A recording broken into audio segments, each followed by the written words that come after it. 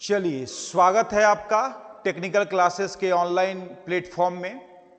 और आज मैं आप लोग के सामने लेकर हाजिर हूं थर्ड सेमेस्टर मैकेनिकल इंजीनियरिंग को एक पेपर पढ़ना है, थर्मल इंजीनियरिंग 1। ठीक है, आप लोग का सेकंड सेमेस्टर एग्जाम ओवर हो गया होगा, तो ऐसा तो नहीं है कि बस सेकंड सेमेस्टर तक ही डिप्लोमा था, थर्ड सेमेस्टर करना है, फोर्थ सेमेस्टर, फिफ्थ सेमेस्टर। तो एक चीज क्लियर रहना चाहिए कि मैकेनिकल का मतलब टेक्निकल क्लासेस। ठीक है, और ये सब्जेक्ट जो थर्मल इंजीनियरिंग 1 है, ये आने वाले आपके सेमेस्टर के जो कोर पेपर हैं, 3-4 पेपर का बेसिक है। जैसे आपको आने वाले सेमेस्टर में थर्मल इंजीनियरिंग 2 भी पढ़ना होगा, उसी में पावर प्लांट पढ़ना होगा। आगे चल के 6th सेमेस्टर में RAC करके एक सब्जेक्ट है, रेफ्रिजरेशन एंड एयर कंडीशनिंग। ठीक है, उस सब के लिए आपको एक बेसिक्स इसमें है थर्मल इंजीनियरिंग 1 में। ठीक है, और इससे भी अगर बेसिक कहा जाए जो इसको पढ़ने के लिए जरूरी है, तो आपको एक पेपर है इसी सेमेस्टर थर्ड सेमेस्टर मैकेनिकल में, बेसिक मैकेनिकल इंजीनियरिंग। ठीक है, तो वो सारे लगभग 4-5 पेपर का आपका बेसिक है, स्पेशली फॉर थर्मल इंजीनियरिंग। ठीक है, तो अगर हम लोग इसका सिलेबस देखें कि इस सिलेबस में क्या क्या इसके सिलेबस में आपको पढ़ना है, ठीक है, तो इसके सिलेबस में आपको टोटल 5 यूनिट मिलेगा पढ़ने के लिए। ठीक है, थर्मल इंजीनियरिंग 1 ये आपके सामने है सिलेबस हमारा, थर्मल इंजीनियरिंग 1। आप 2 सेमेस्टर कर चुके हैं, आपको पता है। 70 नंबर का थ्योरी और 30 नंबर कॉलेज से, 20 नंबर इंटरनल, 10 नंबर आपके टीचर के हाथ में, तो सेम पैटर्न रहेगा 70 नंबर के लिए। और इस थर्मल इंजीनियरिंग 1 में जो आपका यूनिट है, टोटल 5 यूनिट हमको पढ़ने हैं। ठीक है, टोटल 5 यूनिट्स। ठीक है, 5 यूनिट्स। पहला यूनिट का नाम क्या है, आप इसमें पढ़ना क्या है दोस्त? तो इसमें जितने रिन्यूएबल सोर्स ऑफ एनर्जी हैं, जैसा कि आप लोग सुनने में या सुनते भी होंगे न्यूज इधर उधर से कहीं भी, कि हम लोग अब कन्वेंशनल सोर्स, जैसे मान लीजिए डीजल पेट्रोल, आप लोग देखते होंगे अपने अगल बगल भी कि डीजल पेट्रोल की गाड़ियां अब कम हो रही हैं, इलेक्ट्रिकल बेस गाड़ियां आ रही हैं। क्यों? कि जिससे पोल्यूशन होता था, धुआं ब्लैक आप लोग देखते होंगे डीजल पेट्रोल वाली गाड़ी से। तो उस सभी को रिप्लेस करके हम लोग रिन्यूएबल सोर्स ऑफ एनर्जी पे आ रहे हैं, क्योंकि पोल्यूशन कम हो। तो उसी का एक समझ लीजिए इंट्रोडक्शन, ब्रीफ आइडिया आपको यूनिट 1 में पढ़ना है। जैसा कि इसमें टॉपिक वाइज दिया है, सोर्स ऑफ एनर्जी, मतलब सोर्स ऑफ एनर्जी में आपको एक बेसिक आइडिया लेना है कि कहां कहां से एनर्जी। और इस थर्मल इंजीनियरिंग में स्पेशली आपको दोस्त, थर्मल जब मैं सब्जेक्ट चालू करूंगा तो मैं आपको बताऊंगा थर्मल का मतलब होता है हीट एनर्जी बेसिकली। तो इसमें जिस एनर्जी का आपको बात होगा इस सब्जेक्ट में, जो भी एनर्जी है, फाइनली जो हीट एनर्जी में कन्वर्ट हो, जो हीट एनर्जी जिससे प्रोड्यूस हो, जैसे डीजल और पेट्रोल, फाइनली उसको जला के हम लोग हीट एनर्जी ही प्रोड्यूस करते हैं। उसी हीट एनर्जी के प्रेशर और टेम्परेचर से हमारा गाड़ियां चलती है, तरह तरह का इंजन चलते हैं। तो कहने का मतलब सोर्स ऑफ एनर्जी में हम लोग फाइनली उस पर फोकस करेंगे जिससे heat energy and finally electrical energy convert हो पाए।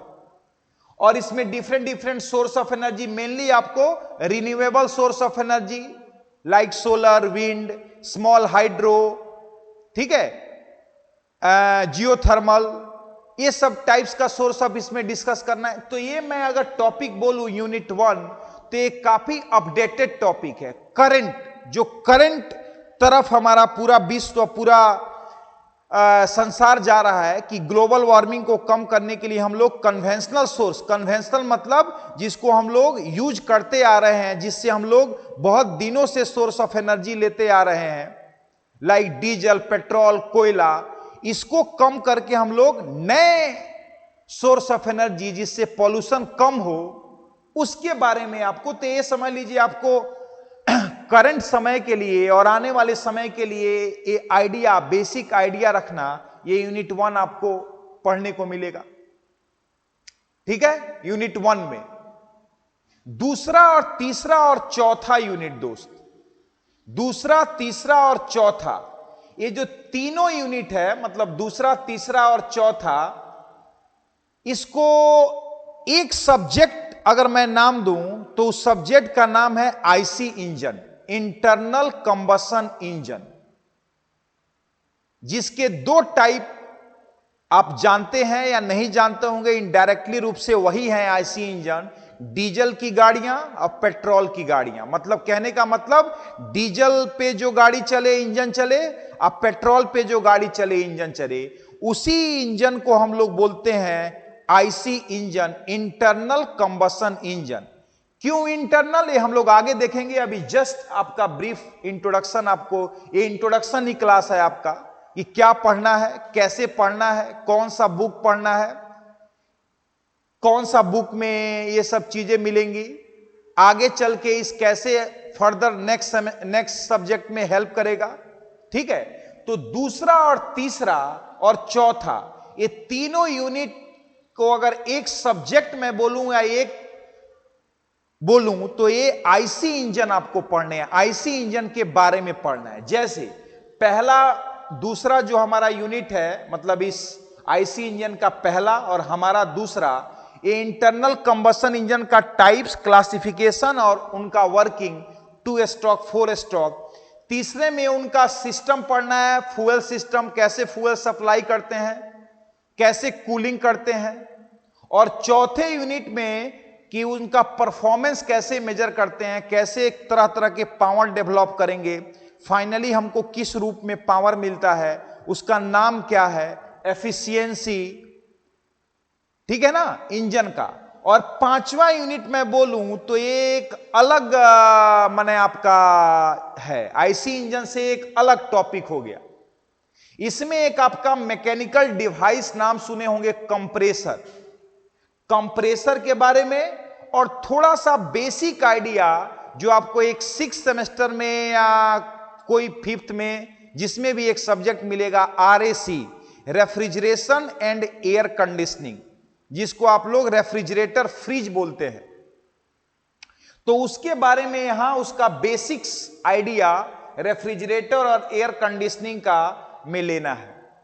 तो मैं अगर इस पांचों यूनिट का दोस्त बात करूं तो ये पांचों यूनिट आपको 3 डायमेंशन में बटा हुआ है, माने 3 क्षेत्र है, 3 डोमेन है। पहला unit renewable source of energy पे डिपेंडेंट है, दूसरा, तीसरा, चौथा एक आईसी इंजन के बारे में आपको डिटेल में पढ़ना है।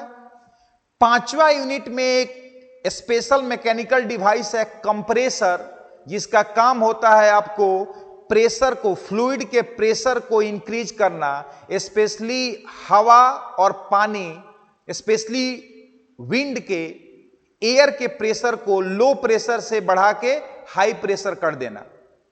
और इसी पांचवें यूनिट में आपको एक आरएसी, रेफ्रिजरेटर, फ्रिज और एयर कंडीशनिंग का बेसिक आइडिया लेना है। तो 3 डोमेन है ये थर्मल इंजीनियरिंग 1 में।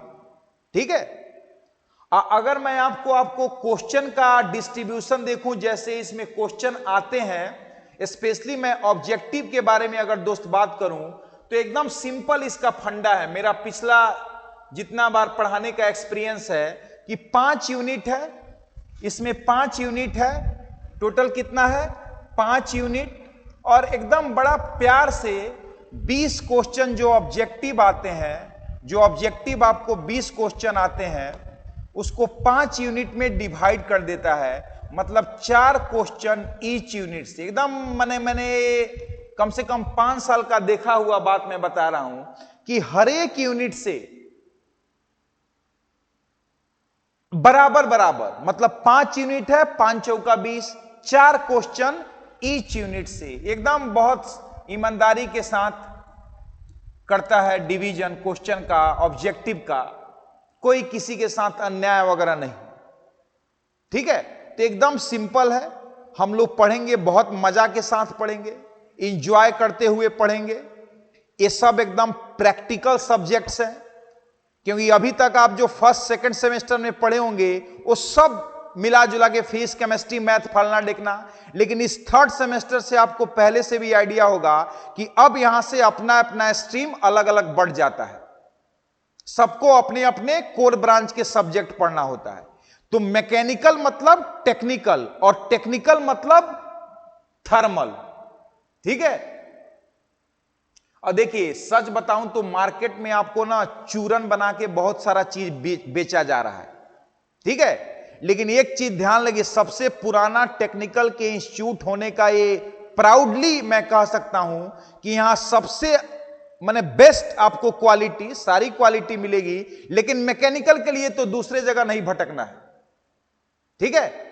मैकेनिकल के लिए मतलब टेक्निकल, और स्पेशली जो लोग मेरे से सेकंड सेमेस्टर में मैकेनिक्स और फिजिक्स पढ़े होंगे तो मैंने वहां भी बताया है, या पढ़े होंगे तो मेरे बारे में आइडिया होगा कि बहुत लोग ऐसे ही यहां कुछ भी क्या वो फलना ढेकना चूरन, लेकिन जो लोग पढ़े होंगे वो जानते होंगे कि यहां किस लेवल से और किस इंटीग्रिटी और ऑनेस्टी के साथ आपको बताया जाता है। अगर पढ़ना है तो, और नहीं तो चूरन पढ़ना है, चूरन लेना है तब तो कहीं भी नहीं भी पढ़िएगा तो पास हो जाइएगा।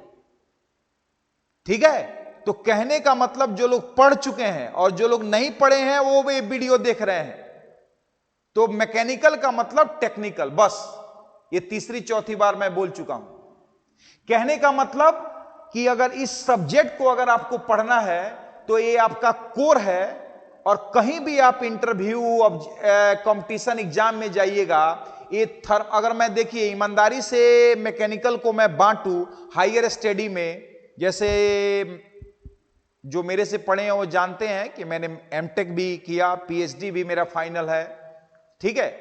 तो मैकेनिकल को 3 वर्टिकल में, माने आगे चल के हायर स्टडी जब जाइएगा बीटेक के बाद, तो मैकेनिकल को 3 डिवीजन होता है फर्दर मैकेनिकल का। उसमें से एक डिवीजन है थर्मल, दूसरा डिवीजन है प्रोडक्शन, और तीसरा है डिजाइन।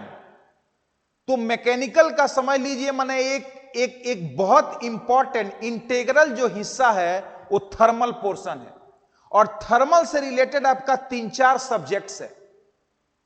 ठीक है। तो आप ऐसे सब्जेक्ट को हल्के में नहीं ले सकते हैं और केवल चूरन लेके पास होने का नहीं सोच सकते हैं।